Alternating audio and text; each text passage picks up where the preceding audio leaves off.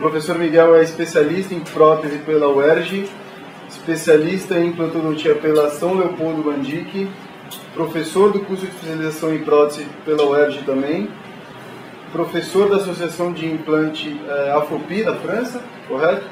E é speaker da Nova Biocare. Espero que vocês aproveitem o encontro. Acho que é um encontro para discussão mesmo, então se alguém tiver algum casinho, o professor Miguel está à disposição aqui para apresentar o ponto de vista dele aí e trazer um benefício para todos vocês. Sejam bem-vindos, eu estou à disposição se vocês precisarem de alguma coisa. Obrigado, cara.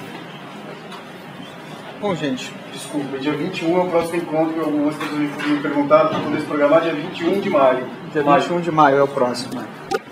E eu acredito que esse seja o nosso terceiro encontro, com temas diferentes, né, logicamente, e fico muito feliz com o aumento cada vez mais interessante do número de interessados em participar. E o nosso objetivo maior aqui nesse encontro é discussão entre nós dos nossos casos clínicos de consultório, ou seja, de uma clínica, de algum caso de uma aula, ou seja, pegar não somente a opinião do palestrante, mas dos presentes, em que contamos aqui não somente com a presença de vocês, mas de mestres e doutores, que cada vez mais melhoram as nossas discussões e chegando a conclusões que nos otimizam na nossa clínica diária. É o nosso primeiro encontro de 2013. Se eu não me engano, estão programados 6 ou 7. As datas vocês podem ver no site da Nobel, ou eles também mandam um save the date, né? Ou seja, todas as datas aí que já estão programadas antecipadamente, para que nós possamos nos reunir aqui e bater esse papo, que eu acho que é sempre produtivo. E o tema de hoje, que foi escolhido por nós, foi prótese protocolo, em que eu tentei fazer um resumo de um tema tão extenso, né, tão importante ao mesmo tempo, focando basicamente no que seriam as indicações, que eu considero um dos aspectos nesse tipo de reabilitação mais polêmicos, né, até porque existem situações em que nós vamos sacrificar dentes isolados, considerados bons, para viabilizar um tratamento global. Eu acredito que esse seja o ponto-chave assim, da discussão. Não só isso, eu vou detalhar um tipo de técnica e chamar a atenção para outras duas técnicas, para que a gente possa fazer uma introdução nesse tipo de reabilitação. Tudo bem? Bom, gente, o prótese protocolo Brånemark, né, classicamente falando, se caracteriza por implantes instalados na arco inferior entre mentonianos e no superior entre seios maxilares. E, de uma forma geral, de uma forma global, acredito que isso seja até uma denominação mais brasileira, até, prótese protocolo virou igual a prótese total fixa, né, principalmente parafusado.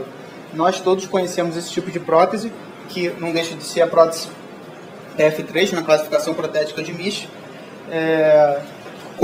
sejam 8 implantes, sejam 5 implantes, seja qualquer que seja o número de implantes em maxila ou mandíbula, inclusive envolvendo áreas posteriores de mandíbula e de maxila. Ou seja, a denominação é essa, e o tipo de prótese, para que nós todos possamos compreender, nada mais é que uma prótese total fixa, e na grande maioria das vezes, acredito eu, envolvendo a reabilitação não somente da parte dentada, mas da parte rosa também, ou seja, reabilitando proteticamente a parte gengival. E as indicações, né, em que acredito que seja, como eu disse, o assunto assim mais polêmico, mais discutido, onde nessa primeira... Estou na sua frente? Onde nessa primeira radiografia nós temos um capital ósseo falando do arco inferior reduzido, né, onde talvez poderíamos nos concentrar principalmente realmente na região entre mentonianos, mas aí dá essa discussão, né? Será que é uma mandíbula fina demais para suportar uma prótese fixa?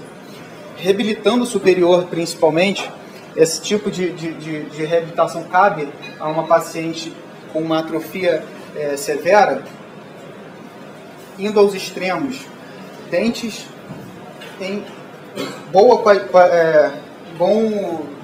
estado para ser aproveitado, como nessa radiografia, por exemplo, podemos contar aqui 4, 6, 8 elementos dentários que poderiam ser aproveitados numa reabilitação sobre dente. Será que esse é uma indicação de prótese protocolo? Numa outra situação também, onde mais uma vez temos dentes saudáveis, porém não temos disponibilidade óssea em posterior de mandíbula. Como devolver para esse paciente um trabalho fixo, com regeneração em posterior de mandíbula, que eu acredito que nós concordamos quanto à dificuldade dessa técnica? Será que vale a pena indicar para esse paciente um trabalho removível com encaixe? Ou seja, eu acredito que isso tudo vai ser um bom senso do profissional, aliado à vontade do paciente. Não somente a vontade de reabilitação, quanto ao tempo de reabilitação que ele está disposto a encarar. E eu acho que esse tipo de indicação vai ser bem específico quando a gente pensa na diferença etária dos nossos pacientes, né? Ou seja, eu ouvi isso uma vez do professor Davi Arari, que ele está aqui presente, em que o tempo de tratamento de um paciente de 90 anos é diferente de um tempo de tratamento de um paciente de 45 anos. Ou seja, um ano para ele é diferente do que um ano para um paciente mais jovem, né? Então eu acredito que isso tudo tem que ser botado na balança, discutido claramente, abertamente com o nosso paciente, para que nós possamos chegar à conclusão de qual o melhor tipo de tratamento para esse paciente, né? Então eu resumo essas indicações dessa forma, confrontando disponibilidade óssea versus enxertia, em que nós vamos pensar diretamente em custo-benefício e, logicamente, colocando o tempo de vida, a idade do paciente também, a expectativa de vida dele na escolha desse tipo de tratamento, desse tipo de reabilitação, em que muitas vezes, ou acredito que quase sempre, a gente trabalha nesse tipo de oferta desse trabalho para o nosso paciente, com muitas fotografias, com modelos, ou seja, querendo mostrar para esse paciente o que ele vai ter no futuro. E outro fator fundamental, quando um paciente dentado total recebe uma prótese protocolo, ele fica super feliz. Agora, quando um paciente dentado, com doença periodontal avançada, com todos os seus elementos condenados, vem a passar por essa transformação, muitas vezes ele tem dificuldade de uma adaptação inicial. Porque mesmo esses dentes estando condenados, ele tinha dentes naturais, ele tinha propriocepção, ele tinha talvez gengiva natural, e ele deixa de ter. Então, são extremos em que nós devemos pesar também e passar a nossa experiência particular que nós temos, que nós agregamos, para que o paciente saiba o que ele vai encarar pela frente no final desse tratamento. A gente não pode falar de prótese protocolo, né, de prótese fixa total, sem falar de função imediata, de carga imediata, em que nesse caso de reabilitação específico, quando a gente faz carga imediata, a gente faz carga imediata. A gente não tem condição de fazer provisionalização imediata somente, porque esses implantes vão entrar em função imediatamente. Diferente de um elemento unitário, em que nós podemos tirá-lo de função durante o período de ósseo-integração. Não. Esse implante ele vai ficar em carga, vai passar a trabalhar imediatamente depois dessa instalação da prótese, em que nós temos sempre cuidado de não passar de 5 dias, no máximo, depois da instalação dos implantes para a instalação do trabalho. Por favor, a qualquer momento que vocês tenham alguma dúvida, vamos tentar esclarecer durante essa apresentação, para que a gente já possa trazer algum tipo de discussão interessante para todo mundo, até porque a dúvida de um pode ser realmente de várias pessoas, né? E os pré-requisitos para essa carga imediata, né, logicamente são o torque mínimo, não é somente a estabilidade primária, nós precisamos de um torque mínimo, em que nós graduamos em 35 newtons. E esse torque mínimo, hoje em dia, cada vez mais fácil é obtido pelo desenho dos implantes que estão desenvolvendo. Hoje nós temos um implante chamado Nobel Active, que tem um desenho que favorece e muito o torque. Ou seja, logicamente, cada desenho de implante tem sua indicação.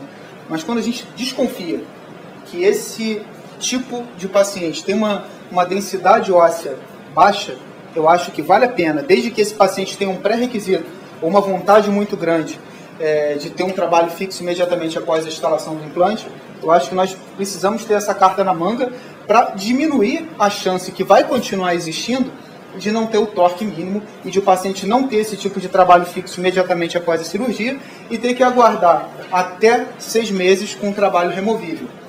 Aspecto que também deve ser chamado a atenção durante a consulta de explanação do tipo de trabalho que esse paciente vai se submeter.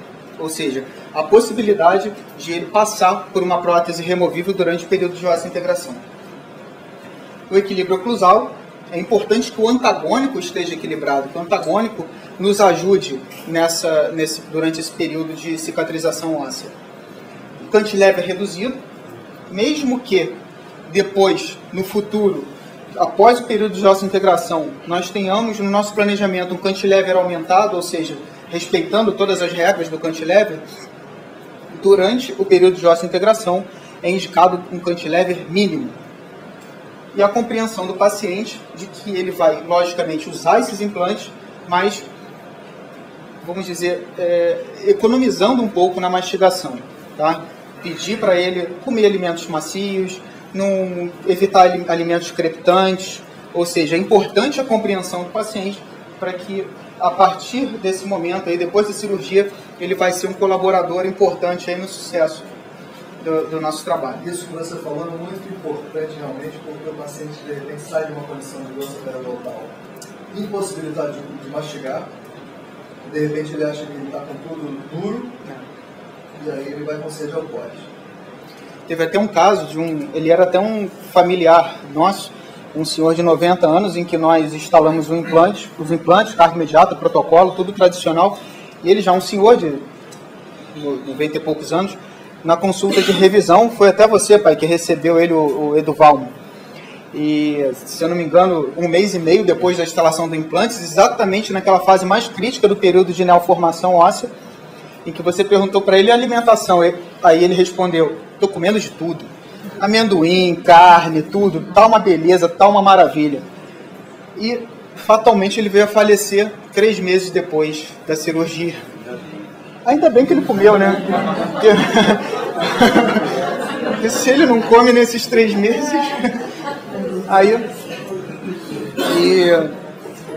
E o curioso é que a filha dele depois me confessou que ele no hospital, coitado, falando que foi a melhor coisa que ele fez, ter feito isso. Ou seja, 2 questões, né? Primeiro, ele ter comido, que fez muito bem. E a segunda é que valeu a pena para ele, né? Mesmo durante esses 3 meses, esse investimento valeu a pena para ele.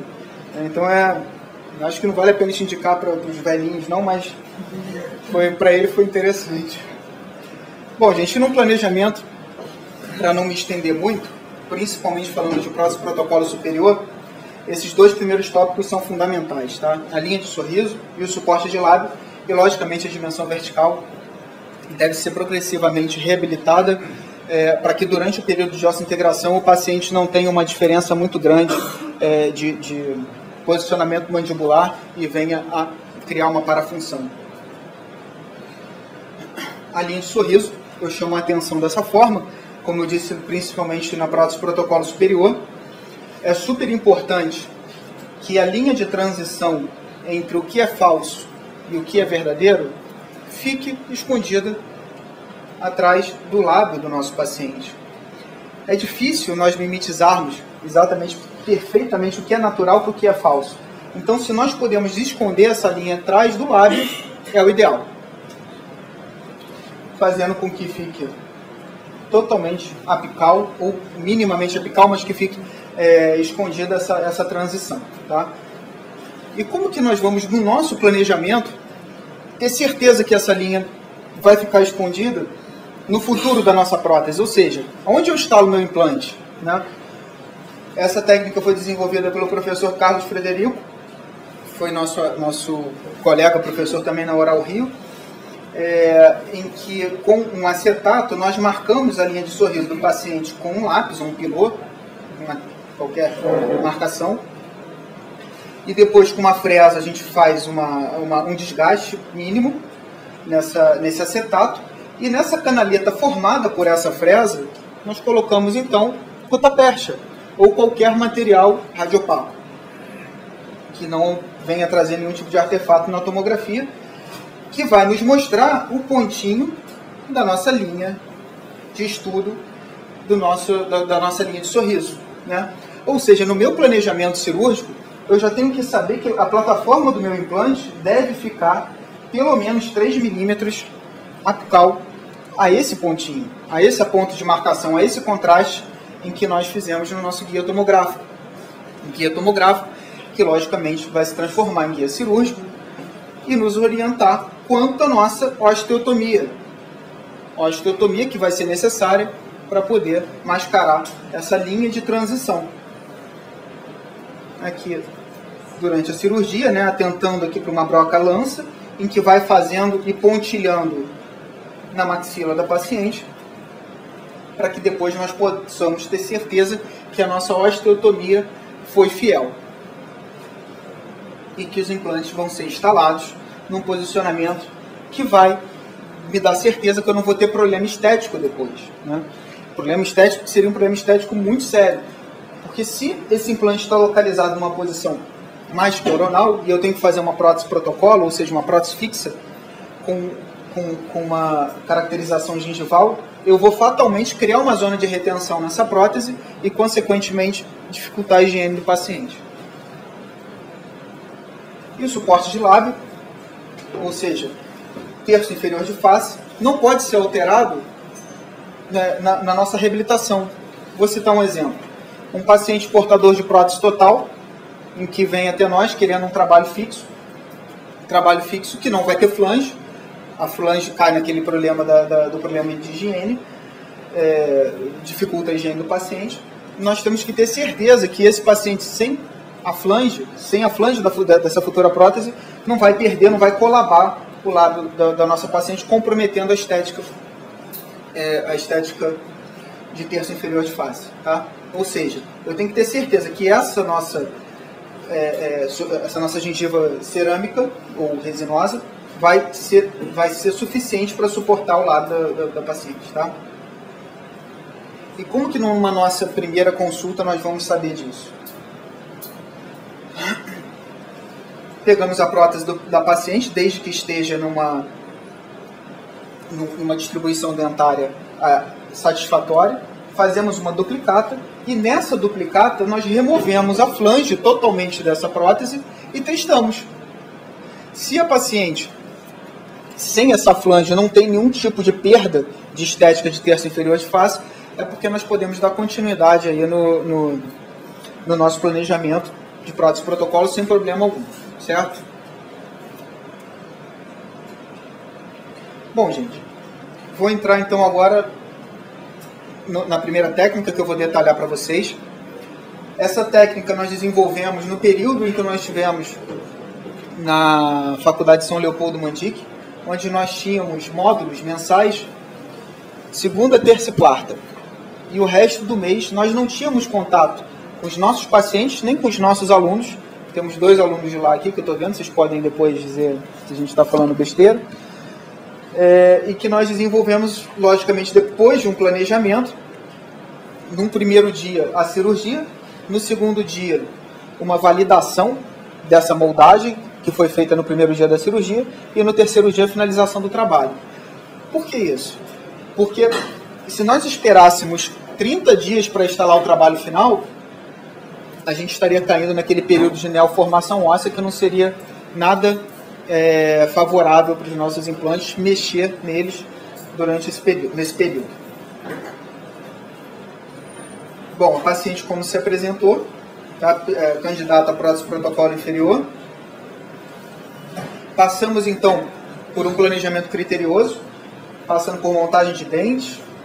A partir dessa montagem de dentes aprovada, confecciona-se então um guia multifuncional e o planejamento cirúrgico como consequência desse guia cirúrgico e guia tomográfico, ou seja, todos os pontos aí que envolvam esse planejamento. E com tudo isso pronto, montado, ou seja, modelo antagônico, estável, todos aqueles pré-requisitos, a gente parte então para o nosso primeiro dia, em que envolve cirurgia, moldagem e registros. Num segundo dia, a passividade e validação do modelo no articulador. E num terceiro dia, a finalização. Entramos então no primeiro dia, extração dos elementos residuais.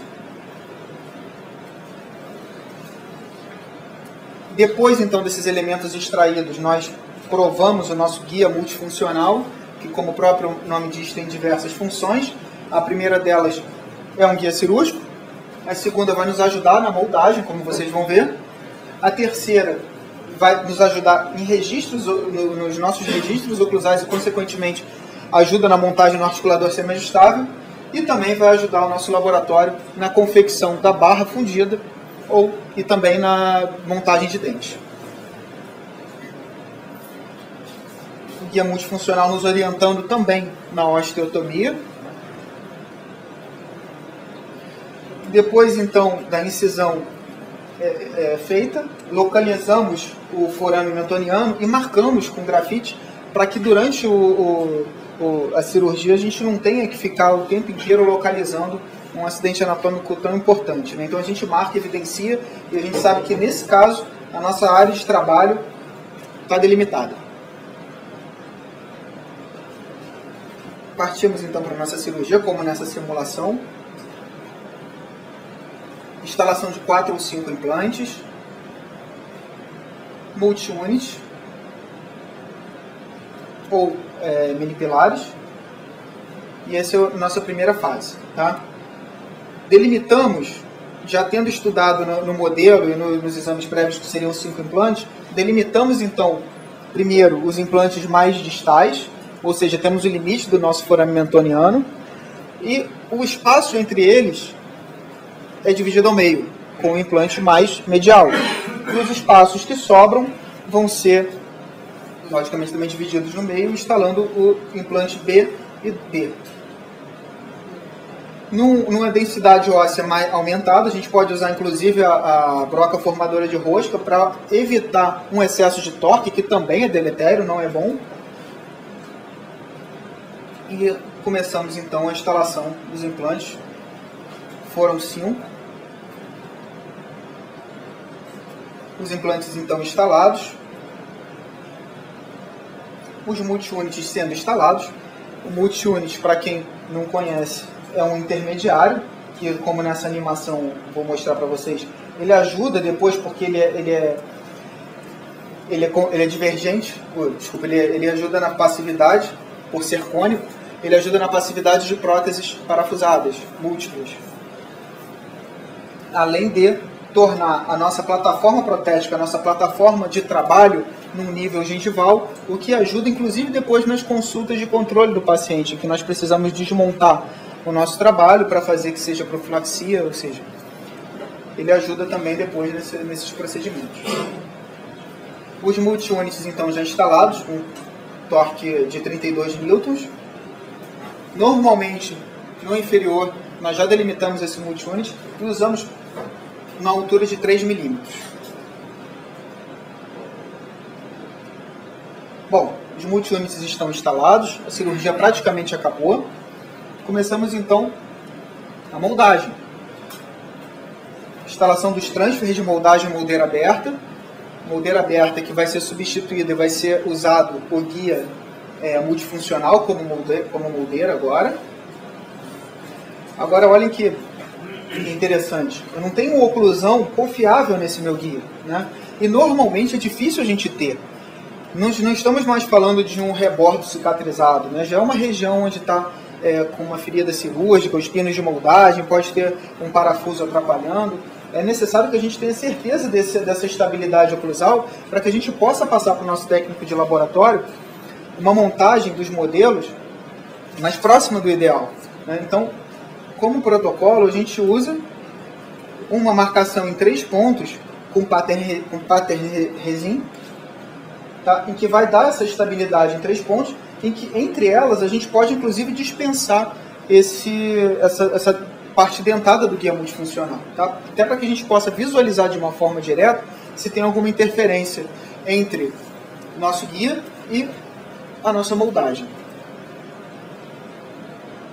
Então, a gente estava com essa situação e passamos para uma situação muito mais segura, muito mais reproduzível.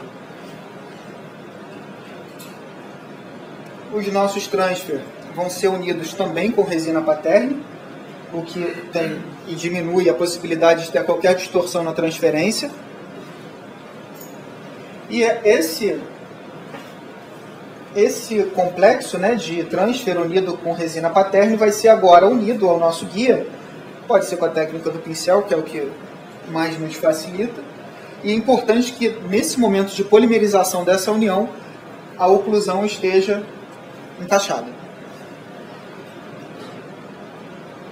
Depois da primeira polimerização, o paciente já não precisa mais ficar ocluído, a gente faz somente um reforço para que toda essa união que foi feita fique bem unida agora ao guia multifuncional. O material de moldagem de escolha vai ser usado para dar também uma referência ao nosso laboratório de onde está o rebordo e que ele possa então fazer o enceramento, fundição e montagem de dentes. Nesse momento, normalmente o paciente de faculdade vai suportar a ausência dentária por alguns dias ou por um dia, seja qual for o tipo o planejamento que foi feito para ele, mas na nossa clínica, normalmente nós colocamos uma prótese provisória. E nós fazemos essa prótese provisória na hora, com uma duplicação daquele guia, como vocês viram, mas em vez de vertermos a resina incolor, a gente verte resina branca na região dentada e resina rosa na região onde seria a gengiva. E fazemos então a captura dos transfer provisório para que o paciente não passe momento algum sem dente. E principalmente o paciente que está sedado, que a gente gosta muito de trabalhar dessa forma, a gente tenta fazer com que o paciente não passe por esse momento de mutilação, sendo ele um paciente dentado, né? Melhora ainda mais aí a aceitação dele com esse tipo de prótese. Bom, o laboratório tem que trabalhar. Nós mandamos então o nosso guia para o laboratório. E num segundo momento, nós vamos fazer a prova da infraestrutura, ou seja, se nós temos passividade dessa estrutura que foi fundida. E vamos validar se essa montagem que nós mandamos para o nosso laboratório, se ela está perfeita. Como que nós vamos fazer isso? É exatamente assim que o laboratório nos manda. A barra, normalmente, eles mandam fundida. Acho que o Renan está até aqui, está ali. Ele que é o RHB, o laboratório do Renan, que nos ajuda lá na faculdade e também no consultório, em que a gente conversou muito para chegar nesse ponto aí, desse tipo de reabilitação, porque é um trabalho intenso, né? Então, normalmente, eles mandam a barra fundida sem nenhum tipo de solda, tá? Agora, quando ele tem um ponto de solda no laboratório, que foi o que aconteceu nesse caso, ele não une.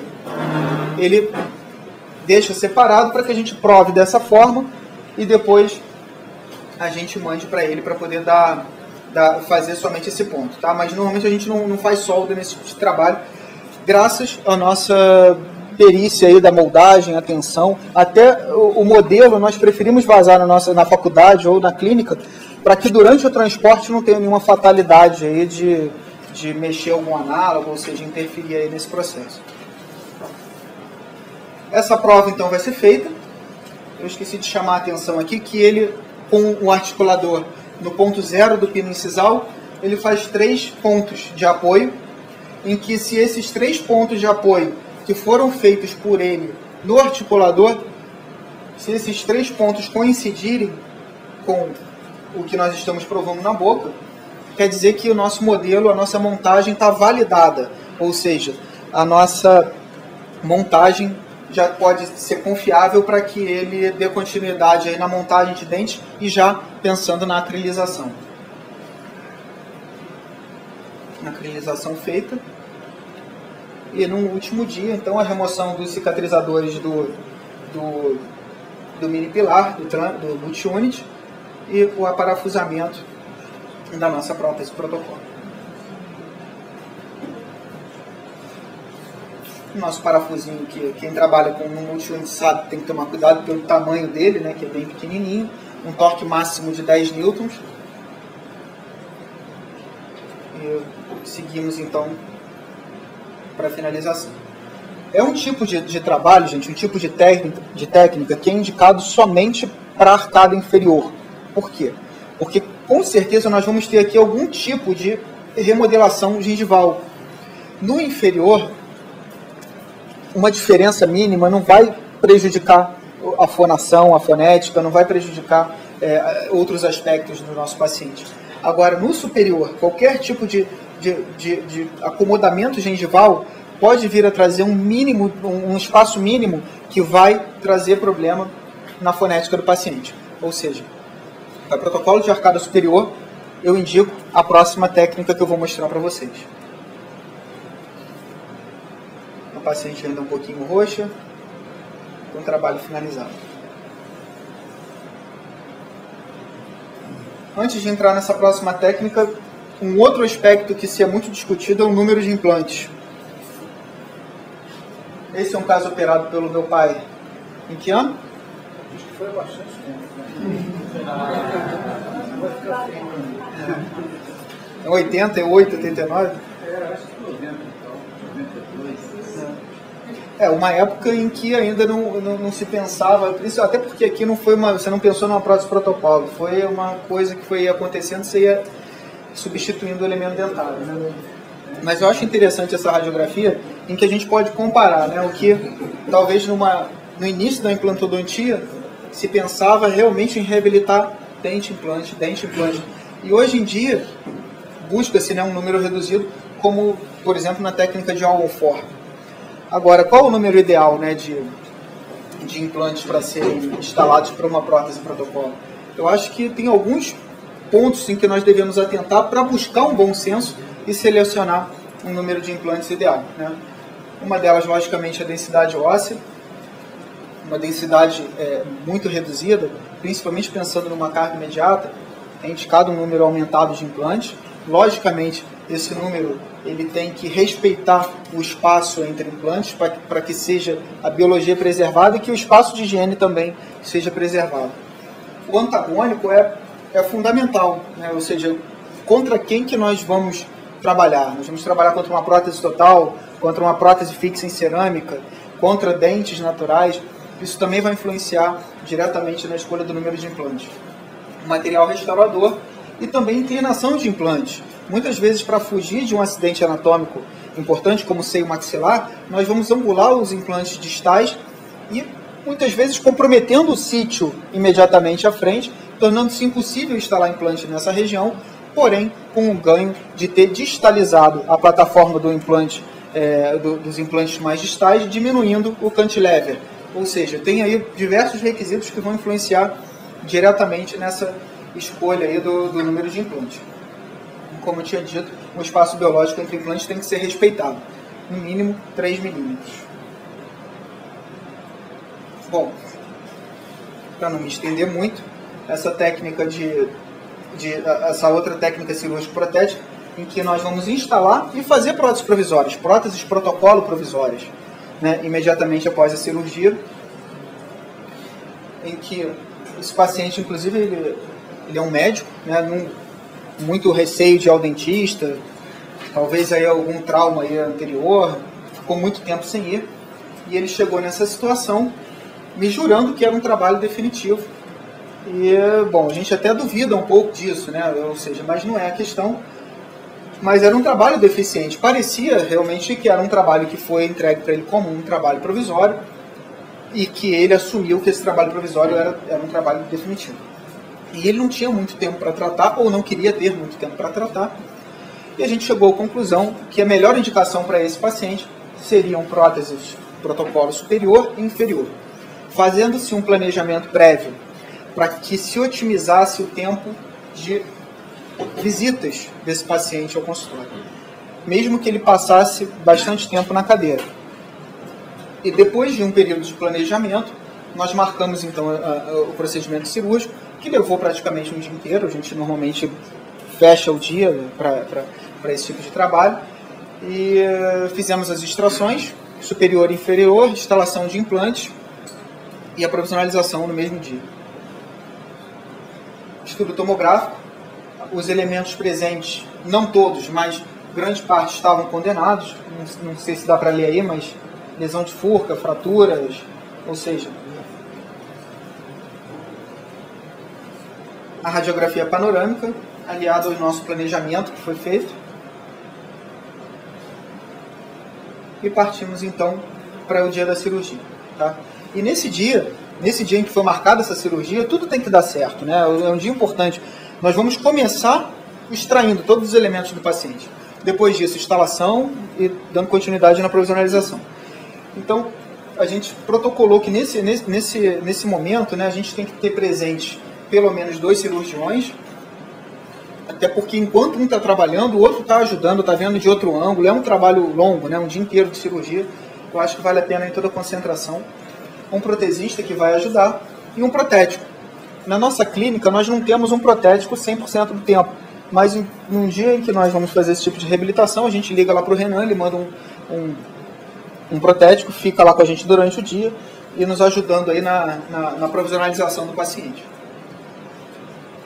Importantíssimo, mais uma vez, ressaltar, principalmente para esse paciente que é dentado e tem um trabalho fixo, em que existem variações de densidade óssea e que existe o risco dele ir para casa e ficar 6 meses com uma prótese total.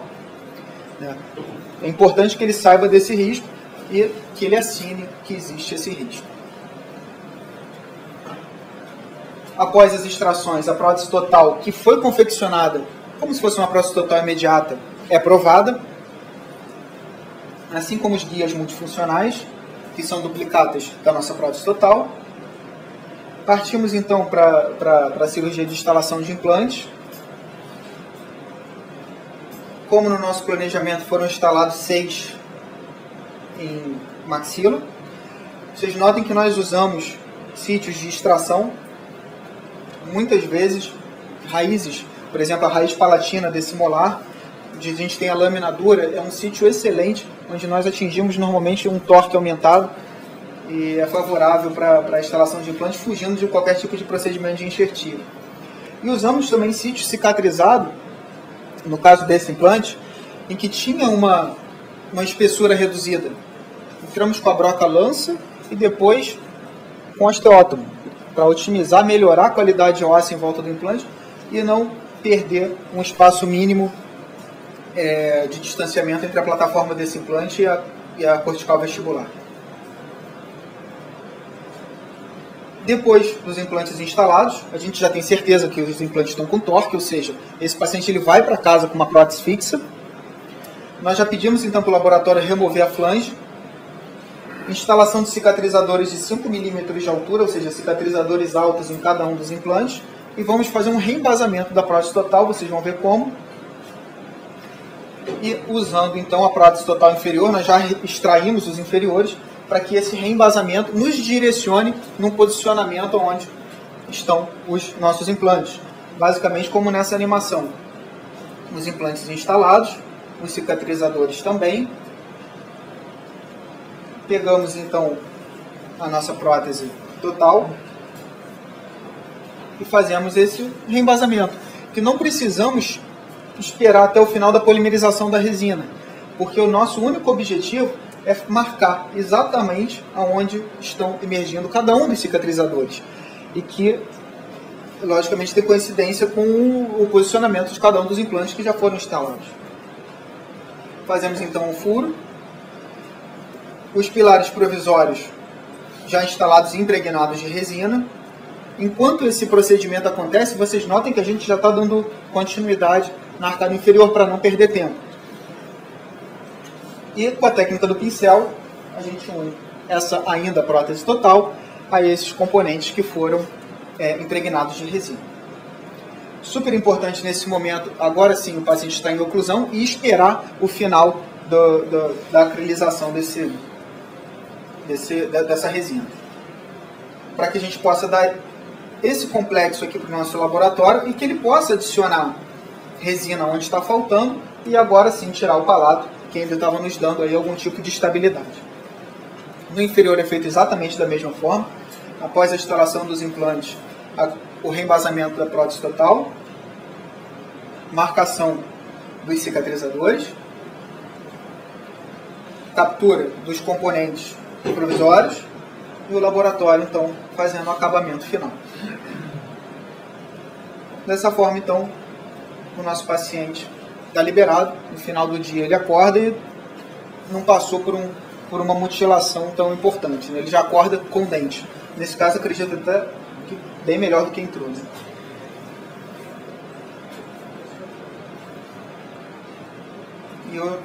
E o fim do dia, no final da cirurgia, o paciente saiu exatamente assim. Isso aqui foi exatamente no final da cirurgia. E eu chamo a atenção, gente, aproveito esse caso, para esse pequeno espaço, né? Esse pequeno espaço aqui de gengiva artificial. Vocês notaram naquele primeiro caso que eu mostrei um espaço maior, ou seja, maior quantidade de gengiva protética. E não somos nós que vamos determinar a quantidade de gengiva protética, né? É a disponibilidade óssea do paciente, aliado com a linha de sorriso do paciente. Se a linha de sorriso dele é baixa, nós não precisamos apicalizar o nosso posicionamento de implante para viabilizar uma linha de sorriso agradável, né? Então, é multifatorial o tamanho, né, de gengiva protética que nós vamos ter, e não existe um dogma de o que se deve existir ou não. O que nós sabemos é que nós, na maioria dos casos, nós não estamos reabilitando só dente, nós estamos reabilitando outra estrutura também. E normalmente quando esses pacientes chegam até nós, né, eles não perderam só dente, né, eles perderam também suporte ósseo, que seja de um ou de mais elementos dentários. E é exatamente isso que eu retrato, né, uma prótese protocolo sem nenhum tipo de gengiva cerâmica ou gengiva de resina é raro, tá? E o aumento gradual vai depender de quanto o paciente perdeu, aliado à necessidade de linha de sorriso, suporte de lábio que esse paciente apresenta. É tão raro que eu peguei essa foto no curso que eu fui dar lá em Paris, do professor Jean-Louis. Ele fez essa prótese protocolo sem gengiva cerâmica e ficou muito bom também, né? Ou seja, ele conseguiu trazer uma naturalidade realmente bem interessante, uma prótese protocolo com aspectos diferentes, né? Vocês notem que é uma prótese protocolo cimentada, é uma ponte fixa, né? Completa, né? E com gengiva natural. Ou seja, não existe... Nesses casos, você tem que tomar cuidado com implantes instalados ao longo do eixo do elemento dentário. Exatamente. Mais importante ainda, a cirurgia passa a ser fundamental o posicionamento de implante. Porque se nós instalamos um implante pensando nesse tipo de finalização ou seja, acertando uma papila, difícil de resolver. E para finalizar,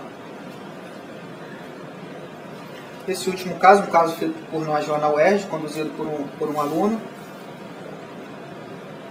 em que a paciente, esse caso que foi até discutido no início, paciente com dentes sadios e perda óssea severa em posterior de mandíbula, botamos todas as opções e ela preferiu, então, partir para o sacrifício desses elementos anteroinferiores para viabilizar o trabalho.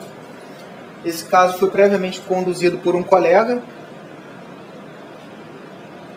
em que optou para ela uma prótese protocolo somente inferior e a prótese total superior.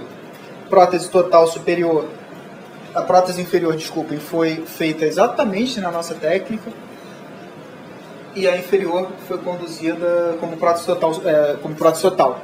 Prótese total que a paciente não se adaptou, era realmente a primeira opção dela, e depois ela veio em busca de uma reabilitação fixa. E a única coisa que nós lamentamos nesse caso era que, se tivesse essa decisão prévia, possivelmente nós teríamos fugido de enxertia em seio bilateral. Mas não foi assim que decorreu, ou seja, foi necessário. Ela perdeu, então, o que ela tinha de disponibilidade óssea depois das extrações terem sido feitas, e a enxertia, então, foi necessária. 8 implantes planejados, aqui já depois da maturação de material em seio maxilar, e os implantes instalados.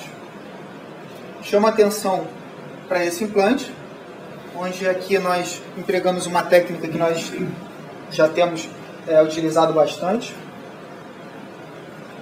Pela perda de cortical vestibular e para não perder esse sítio, nós fizemos então a instalação de 2 parafusos de fixação de bloco ósseo, em que eles não vão fixar bloco algum nesse momento, eles vão suportar o nosso biomaterial, que no caso foi o BIOS, e uma membrana de reabsorção lenta, que no caso foi uma BioGuide. Ou seja, ele vai funcionar como um pau da barraca. A barraca, a membrana, e o meio delas, o recheio, vai ser esse biomaterial, dando possibilidade aí de construção de um defeito favorável para que a gente tenha aí uma regeneração óssea interessante nesse sítio. Depois então da cirurgia, nós partimos então para a provisionalização. O paciente já começa a ficar mais animada, já está com dentes fixos de novo, já aumenta a autoestima dela, isso é super importante, principalmente nesse tipo de trabalho. A gente vem notando isso, como o paciente se sente motivado quando finaliza a reabilitação e se produz e começa a investir no resto.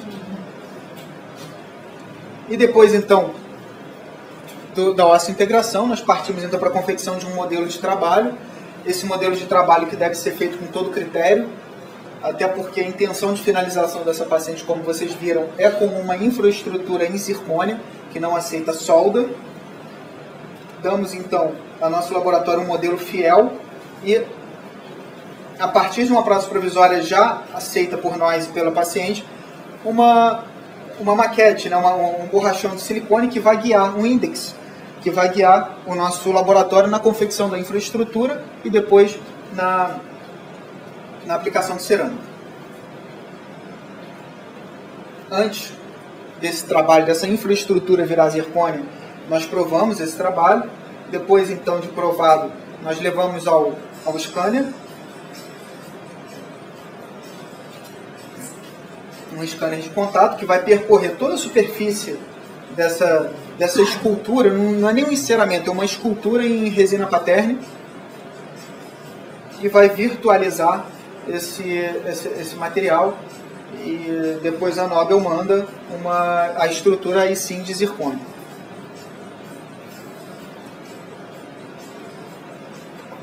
Essa estrutura, logicamente, depois que chega, vai ser provada, né? Tudo bem que nós tomamos todos os cuidados possíveis aí com a confecção dos modelos, mas é importante que prove, logicamente, antes da aplicação de cerâmica, a passividade, principalmente, dessas estruturas.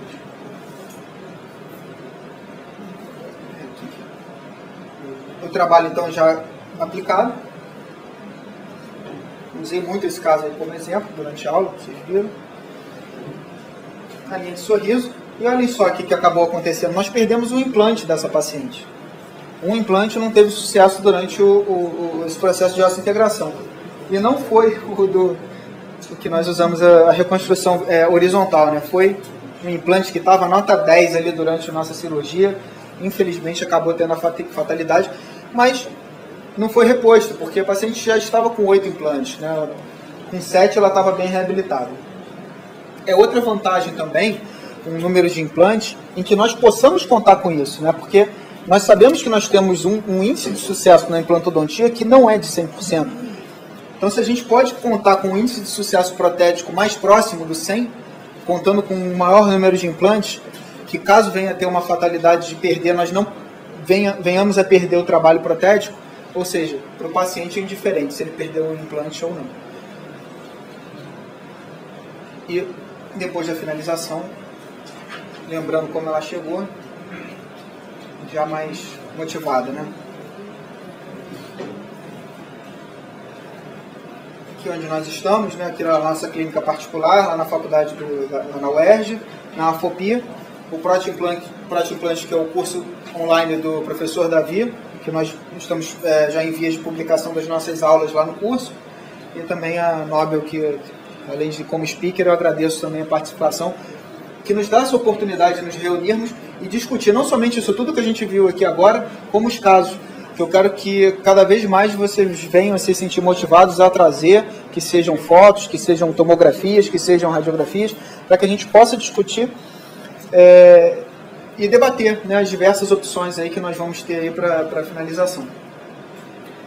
No Facebook eu criei um grupo para que a gente possa se reunir e saber aí cada vez mais aí dos nossos encontros previamente, e eu venho colocando lá também essas aulas, a gente está gravando e depois eu jogo lá no Facebook para que a gente possa também aproveitar essas aulas e até criticar e, bom, evoluir dessa forma.